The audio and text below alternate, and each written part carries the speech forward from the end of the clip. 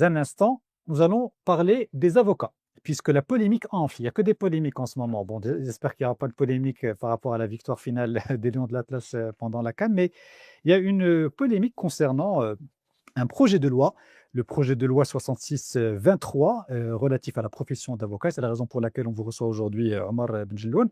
Les robes noires sont vent debout depuis plusieurs jours maintenant contre le texte porté et défendu par le ministre de la Justice, Abdelatif Wahbi, le mouvement de protestation annoncé par l'Association des barreaux du Maroc, à laquelle vous appartenez le 9 janvier dernier, au lendemain de l'adoption du texte en Conseil de gouvernement, se poursuit d'ailleurs aujourd'hui, ce jeudi 15 janvier. L'association a annoncé 6 jours de grève à partir de ce jeudi.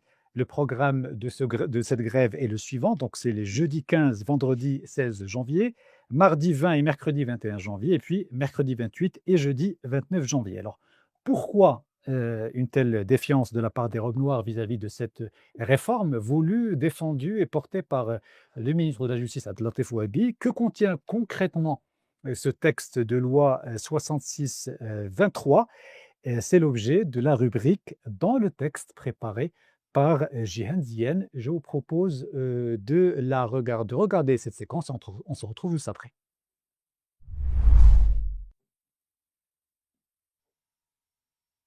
Le texte qui suscite la colère des avocats vise à réviser la loi 2808 qui encadre leur profession depuis 17 ans. Les robes noires s'opposent à plusieurs articles de la réforme voulue par le ministère de la Justice.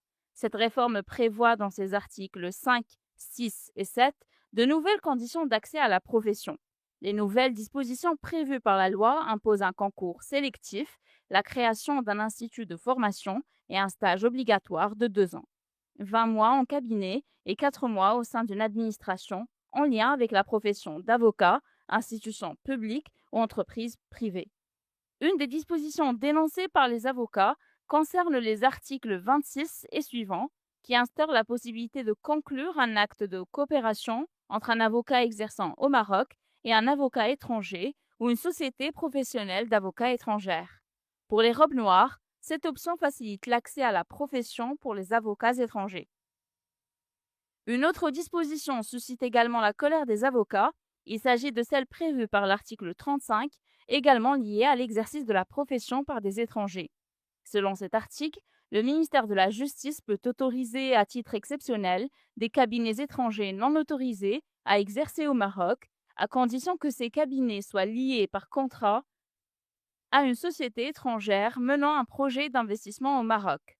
D'autres critiques concernent le transfert de certaines compétences des conseils de l'ordre à des organes officiels extérieurs et l'obligation faite aux bâtonniers ou au conseil de l'ordre de notifier le ministère de la Justice de plusieurs décisions, ce qui est perçu comme une atteinte à l'indépendance des avocats. Les bâtonniers membres de l'ABAM menacent de démissionner collectivement pour protester contre ce qu'ils estiment être une atteinte aux droits fondamentaux et contre l'absence de dialogue. Concernant la représentativité de la profession, le projet de loi introduit une autre nouveauté à travers ses articles 115 et suivants.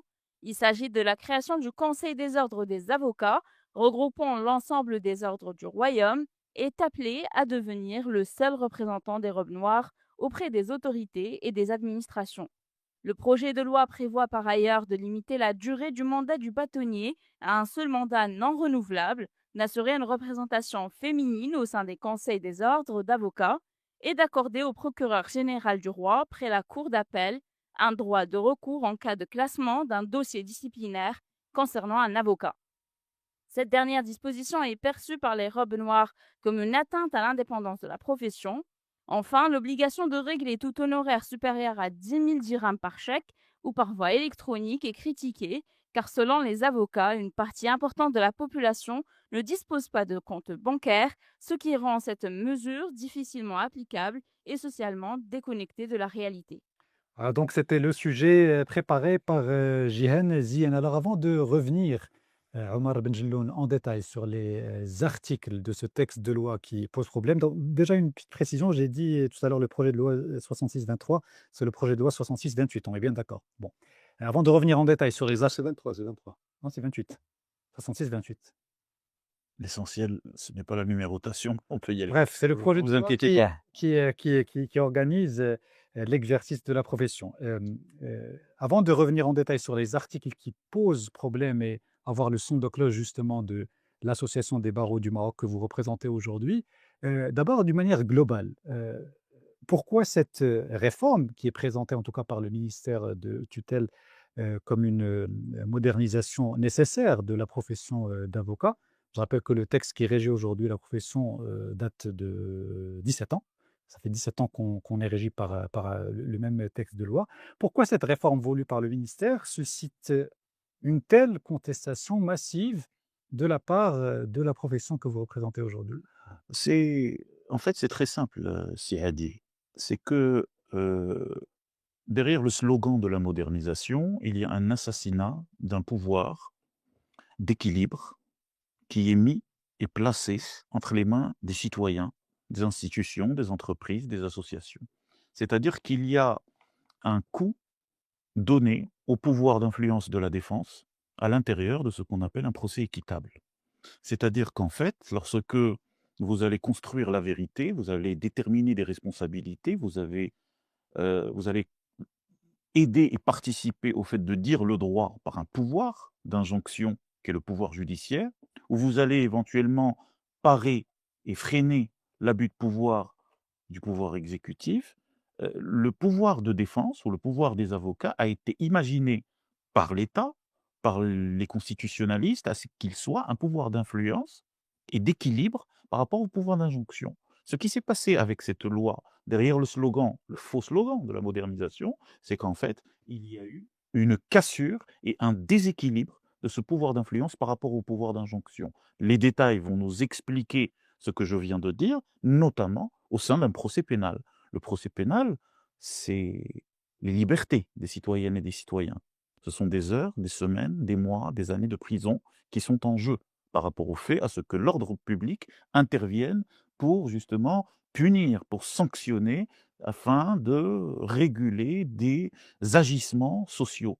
Eh bien, cela entraîne des injustices. Donc nous sommes en train de réfléchir, de penser, de réguler un domaine extrêmement sensible et philosophique qui est la justice. Lorsque vous n'avez plus le droit d'être défendu, lorsque votre droit à la défense n'est plus doté de deux grands principes fondamentaux que sont l'immunité et l'indépendance devant le pouvoir d'injonction qui est en face de vous, eh bien, c'est la porte ouverte à l'arbitraire. Et quand on parle de porte ouverte à l'arbitraire, c'est la porte ouverte à l'instabilité constitutionnelle. Mmh. Parce que, tout simplement, les citoyennes et les citoyens, les institutions, les associations et même les entreprises, s'ils manquent de confiance vis-à-vis de l'institution judiciaire, eh bien, tout simplement, ils iront se faire justice eux-mêmes. Alors, en Donc, bon le avocat bras de que la vous êtes, défense, non, vous maniez très, très bien les mots et l'art oratoire, c'est la base pour tout avocat, mais la parole doit qui est, circuler. Alors, j'aimerais juste Plaidoyer, c'est un oui, plaidoyer, oui, il plaide sa cause. oui, oui, bien La sûr, mais cause la est parole doit juste. circuler. sur des bases de conviction. Absolument. Non, mais je dis ça, je vous interromps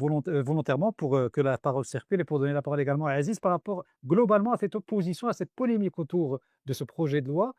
Qu'est-ce que tu en penses avant de rentrer dans les articles qui posent problème et de poser des questions directement à Omar En fait, ce Bouchatoun? qui pose problème dans cette histoire, je pense encore une fois que c'est la personnalité du ministre de la Justice, qui est un homme politique audacieux. On ne peut pas lui retirer ça, on ne peut pas lui enlever ça. Il a le courage de ses opinions, de dire ce qu'il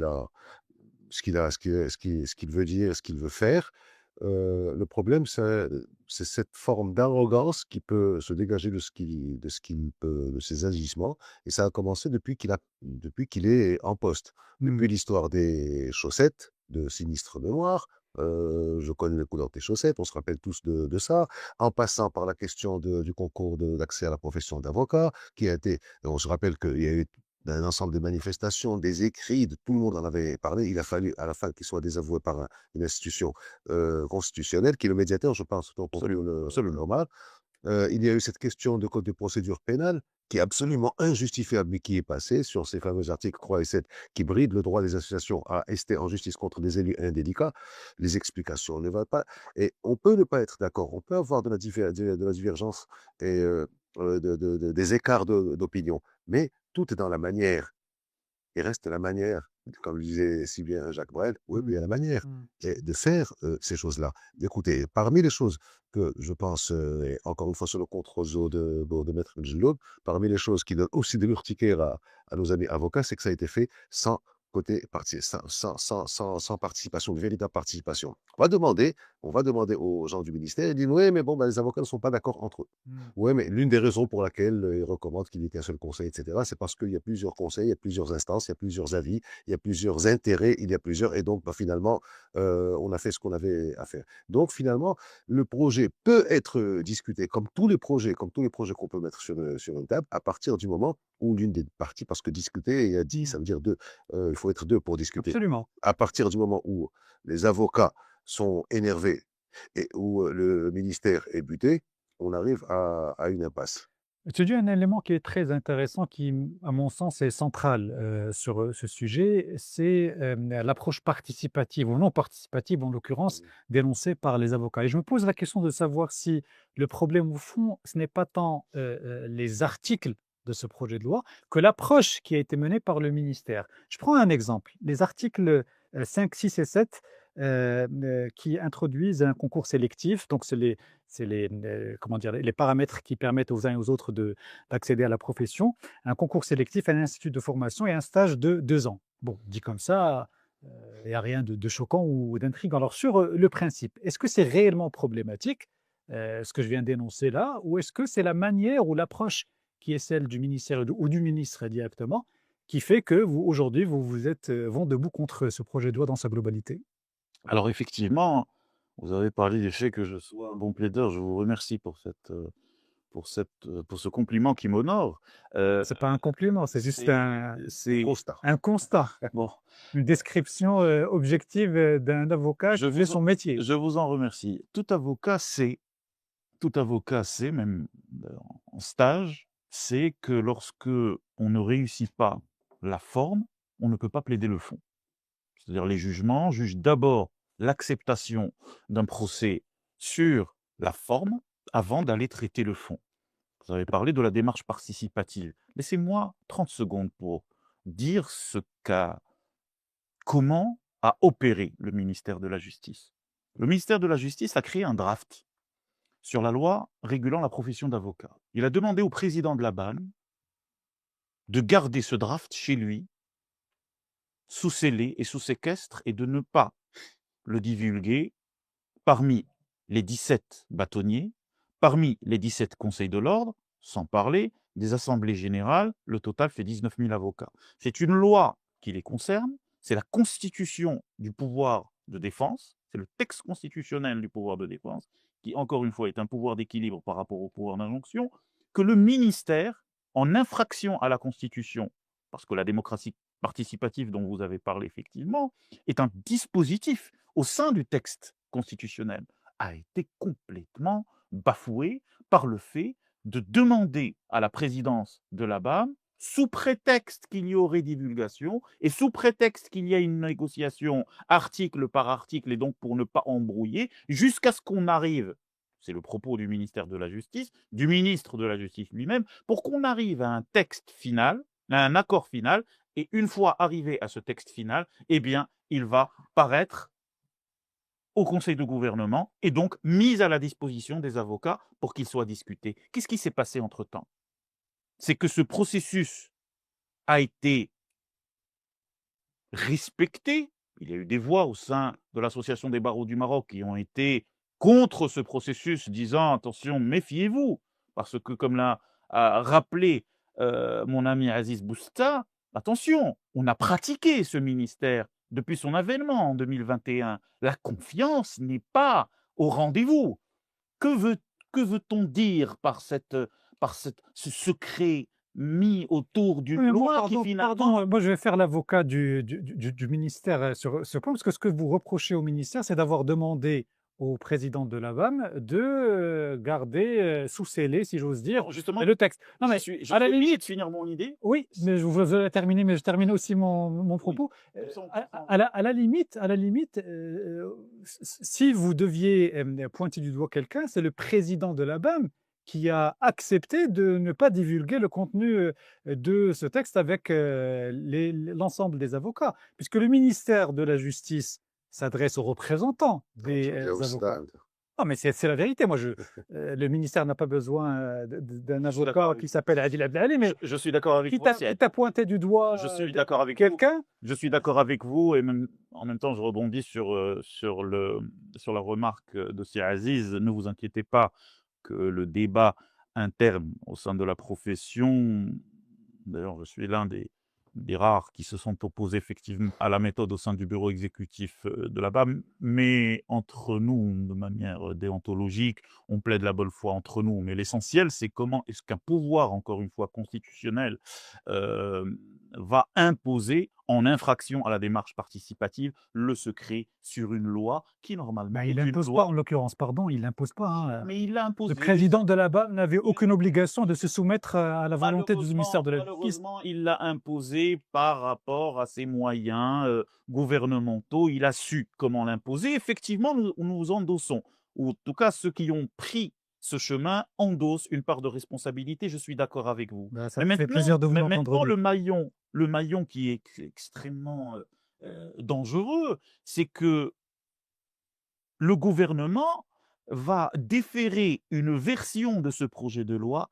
qui est contraire et antinomique avec la version qui a été consentie par la BAM et le gouvernement. C'est ce qu'on appelle en droit pénal un abus de confiance. C'est-à-dire qu'en fait, nous nous sommes mis d'accord sur un dispositif d'après la présidence de la BAM, mais le gouvernement a déféré un autre draft c'est un coup d'État législatif. C'est-à-dire, il y a une remise en question d'un accord déclaré entre les deux parties, ce qui est absolument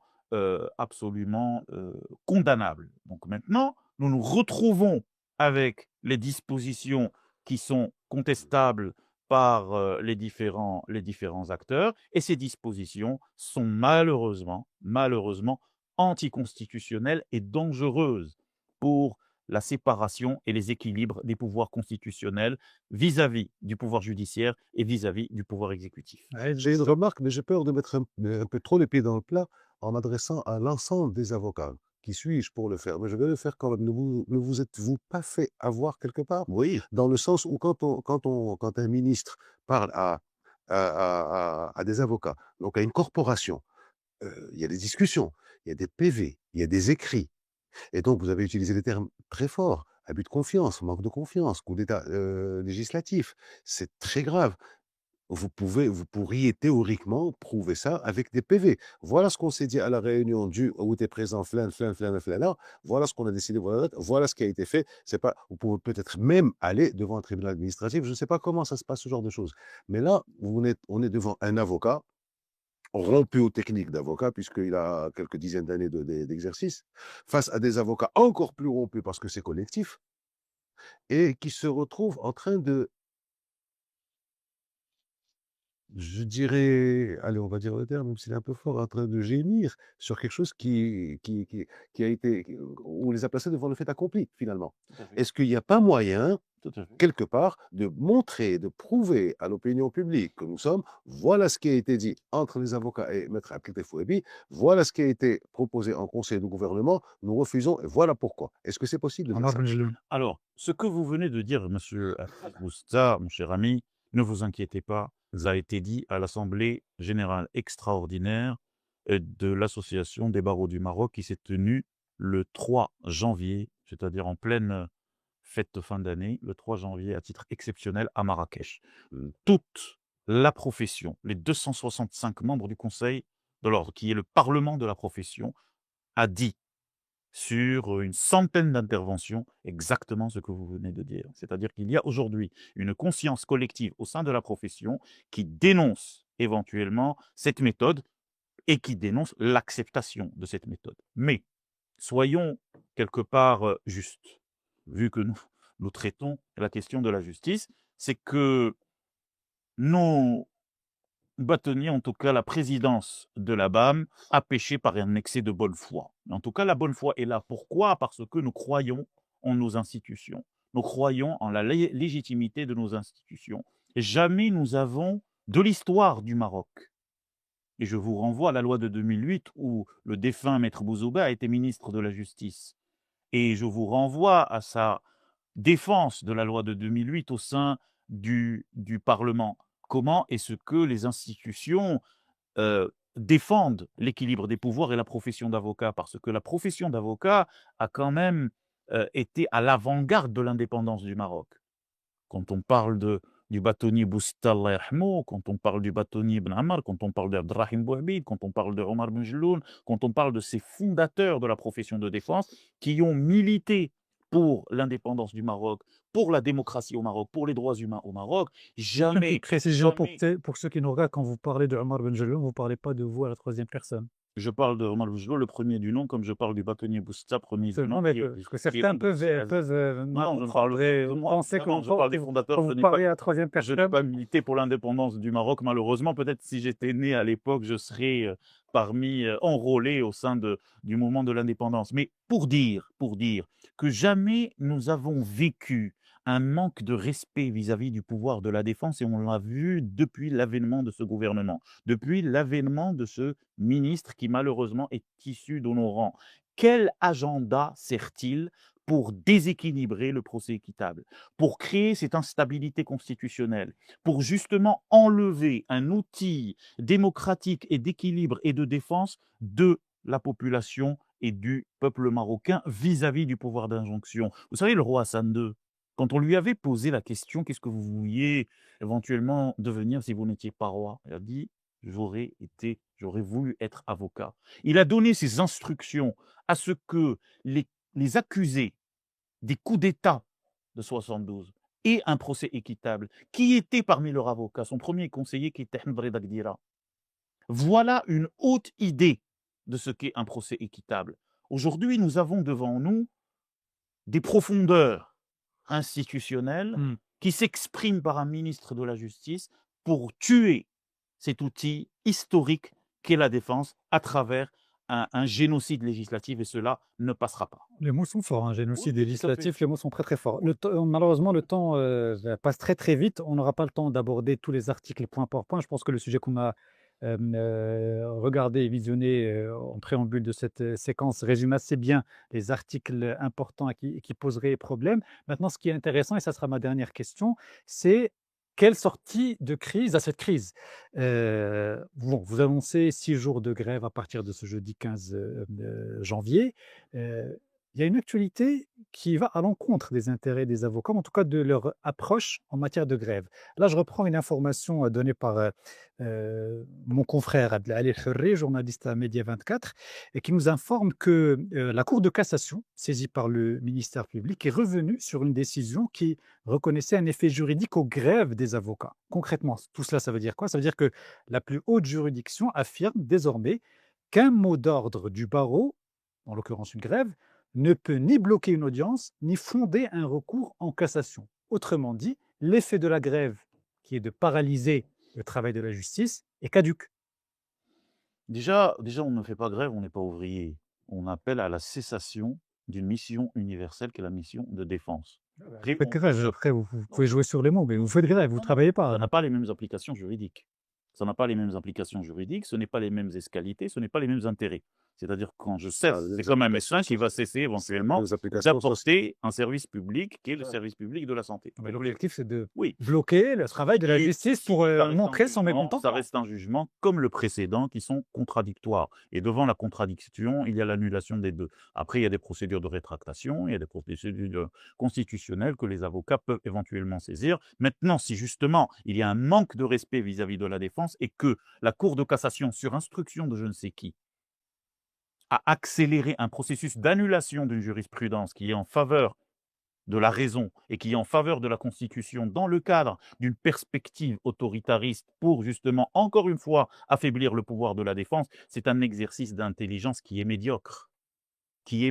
Parce que de toute façon, il n'y a que la sagesse et la raison qui dureront. La Constitution est là, Les méthodes et les procédures judiciaires sont là et peuvent être éventuellement manipulées aussi bien au niveau national qu'international. Il faudra faire attention et que avoir une petite victoire autoritaire sur un pouvoir qui équilibre ne sert pas les intérêts de Alors, la la sortie de crise, parce que c'était ça la ma sortie dernière de question. crise. Qu'est-ce que La vous sor- demandez concrètement au niveau de la BAM? La Alors, retrait pur et simple du texte? l'actualité qui a freiné l'enchère en matière d'action militante, c'est la Coupe d'Afrique. Parce que nous avons une haute idée de notre pays. Ah, c'est pour ça que vous maintenez votre mouvement de C'est grève pour ça aujourd'hui, qu'on est plus ou moins au lendemain d'une victoire en qu'on est- demi-finale non, non, non, de la non, CAN. non, non, c'est pour cela qu'on n'a pas appelé à des manifestations nationales et à un arrêt définitif, à une marche nationale à Rabat ou à Casablanca. C'est pas 2 ou 3 jours de grève qui font pression parce que on attend justement à ce que cette belle initiative de la Coupe d'Afrique et cette communion nationale autour de ce bel événement puisse finir. Et justement, comment est-ce que ce gouvernement a pu provoquer cette crise avec le pouvoir de défense en plein milieu de Coupe d'Afrique? Nous ne Donc, sommes pas aussi que vous nous nous ne annoncez, sommes pas nous ne sommes pas que vous aussi nous cavaliers dites que concrètement ce gouvernement. aujourd'hui, c'est qu'après la victoire, Inch'Allah, du Maroc en finale face au Sénégal Inch'Allah. dimanche prochain, on aura peut-être des manifestations, des Peut-être, sittings, des moi robes j'en ai noires. peut-être le Maroc n'a pas besoin de cette loi. Mmh. Au contraire, cette loi n'est pas un acte de modernisation, mais c'est un acte de sous-développement constitutionnel qui est contraire au texte constitutionnel de 2011, qui va priver le peuple marocain, les entreprises marocaines, les institutions marocaines, les associations marocaines d'un pouvoir de défense. Le gouvernement devrait se rendre à l'évidence du retrait de ce projet de loi. C'est tout ce que vous demandez, le retrait du texte. Le retrait, parce Ni qu'il renégociation, n'y a pas, ni réécriture du il texte. n'y a pas, pour ma part, les conditions idoines, d'abord, de la mise en place d'un texte pareil, parce que le Maroc n'en a pas besoin, et secondo, de par le manque de confiance totale entre le ministère et les robes noires, je pense qu'on devra attendre à ce qu'il y ait une nouvelle équipe gouvernementale. Aziz, pour conclure cette séquence, j'aimerais avoir ton avis par rapport à ce que vient de dire à l'instant Ahmad Benjelloun. On veut le retrait du texte et rien d'autre. C'est leur droit de demander, c'est tout à fait leur droit. Moi, j'ai une remarque. On n'en a pas beaucoup parlé dans ce débat. Tu ne vas pas ouvrir le débat là-dessus, Adil, mais c'est quand même important. Nous sommes en novembre 2021, Abdelkrim Fouabi, à 3 semaines de ministère derrière lui. Il a dit que 95% des avocats nous payent 10 000 dirhams d'impôts par an. Il y a une partie de cette loi qui concerne tout ce qui est la gestion et tout ce qui est donc la régularité fiscale de cette profession. Des chiffres effarants sortent, très peu d'avocats payent leurs impôts. Peut-être que c'est aussi quelque chose qui fait mal et dont on ne parle pas parce que c'est un peu gênant et dérangeant. Pour quelqu'un qui défend la loi, qui défend la veuve et l'orphelin, qui ne paye pas ses impôts, on peut se poser des questions et on retrouve un peu ça aussi dans d'autres professions. Et pour compléter ta question, et merci de me l'avoir rappelé. Je vais répondre. Oui, non, mais je vais vous donner la Ah, voilà, parce que est-ce que là, c'est non, parce que là, Aziz a relancé le débat sur un sujet que je voulais aborder, que j'ai oublié, qui est C'était très ça mon important. intention. Et je voulais avoir également l'avis de l'avocat que vous êtes, du membre de la BAM que vous êtes. C'est vrai il y a de la symbolique. Abdel Fouabi parlait de 10 000 dirhams comme montant payé comme impôt par les avocats. Et c'est le même montant dans ce projet de loi au-dessus duquel les paiements doivent être faits d'une manière traçable, électronique, chèque, etc. Ce à quoi les avocats s'opposent j'allais dire en prétextant, mais en expliquant que c'est une mesure qui est déconnectée de la réalité, que tous les Marocains n'ont pas un chéquier, n'ont pas un moyen de paiement électronique, n'ont pas un compte bancaire. Pardon, hein, mais si je me fais encore une fois l'avocat du diable ou l'avocat du ministère en l'occurrence, D'accord. c'est pas l'argument qui est avancé qui consiste à dire que dès que les Marocains n'ont pas les moyens de paiement traçables, moi j'y vois plus une volonté de la profession ou de certains membres de la profession de bien vouloir cacher, masquer leurs revenus ou les honoraires qu'ils pratiquent. Bon, j'espère que vous allez me laisser Bah, je l'essaie, j'ai posé une question et je donne les laisser arguments. réagir. Donc, je vais commencer par la fin, c'est-à-dire par ce qu'a dit Siadil. Les avocats, dans leur traitement du contenu de ce texte qui vient de paraître à partir du 15 décembre, suite à une année de secret, mais ne s'opposent pas à cette question de traçabilité, cela ne figure nulle part, ni dans nos communiqués, ni dans nos débats, ni dans nos conférences. Donc, je ne vois pas pourquoi le ministère va diluer. Ben, j'ai fait comprendre que la BAM expliquait que c'est une mesure qui est déconnectée de la réalité des Marocains. Non, Mais non, si vous me dites que doit c'est pas le cas, non, ça doit être un c'est propos bon. du ministère de la Justice pour justement nous mettre Ah non, mais je vous fais en confiance. Vous êtes membre de la BAM. nous Si mettre vous me en dites que c'est une porte-à-faux. disposition qui ne vous Non, pose c'est pas de sans problème, parce que je sais d'où vient ce type de rumeur. Il y a une tentative, de toute façon, c'est de bonne guerre. Il y a une tentative du gouvernement de nous mettre dos à dos avec les citoyens, ce qui n'est absolument pas faisable, parce que ce que nous défendons aujourd'hui, encore une fois, c'est le pouvoir de défense qui est mis entre les mains des citoyens, vous et moi, et les institutions. Je reviens à la question fiscale. D'abord, moi, je pose une question. Est-ce que le cabinet de Maître Abdel Kouibi, en tant qu'avocat, paye ses impôts? Il faudra qu'on vérifie. Il On va faudra que le demander à ministère des l'administration Finances, fiscale il faudra que s'ils veulent donner. l'administration fiscale nous réponde à cette question, premièrement. Deuxièmement, moi, je ne pense pas que le ministre de la Justice soit justement un ministre des Finances. Il n'a pas les qualités de traiter la question de la fiscalité. La question de la fiscalité est traitée par le ministère des Finances, le ministère du Budget, enfin tout le pôle financier de ce gouvernement, le ministère de la Justice. Nous n'avons jamais vu un ministre de la Justice, un ministère de la Justice, un garde des Sceaux traiter de la question fiscale, qu'elle soit chez les avocats, chez les journalistes, chez les médecins, chez les adouls. Personne n'en a jamais parlé. Pourquoi cette offensive symbolique, cette diffamation institutionnelle contre ce pouvoir, ce qu'ils ont fait vis-à-vis des professeurs, vis-à-vis des journalistes, veut-il le faire vis-à-vis des avocats? Les avocats, s'ils défendent les citoyens, attention, ils sauront se défendre même sur le front, médiatique. Je finis juste pour répondre par oui, rapport à pour cette conclure, question. oui. Les avocats, comme tous les secteurs, payent leurs impôts. C'est le deuxième contribuable du pays, à travers d'abord les taxes judiciaires qui sont payées dans les caisses des tribunaux, et ensuite, ils payent leurs impôts comme tout le monde. C'est-à-dire que le rapport un peu, on va dire, un peu opaque d'une certaine partie de la profession, c'est le rapport opaque de tous les secteurs vis-à-vis de la fiscalité, et partout dans le monde. Les avocats ne sont pas une exception de montages fiscaux antisocial par rapport aux autres Je professions. vous ai donné le mot de la fin, on a débordé, mais bon, on n'avait pas plein de questions C'était passionnant. à poser, et la voie et la porte est ouverte justement au ministère de la Justice pour prendre la parole sur ce sujet. Et on espère sincèrement une prise de parole pour justement avoir le son de cloche du ministère également, pour justement avoir les deux avis, celui des avocats et celui du ministère qui défend ce projet de loi. En tout cas, merci beaucoup, Omar Benjelloun, d'avoir accepté notre invitation. Je sens que vous êtes Merci à vous de vous être docteur en intéressé à droit, ce avocat sujet. au barreau de Merci. Rabat, membre de l'Association des barreaux du Maroc. Merci, à bientôt sur Média 24.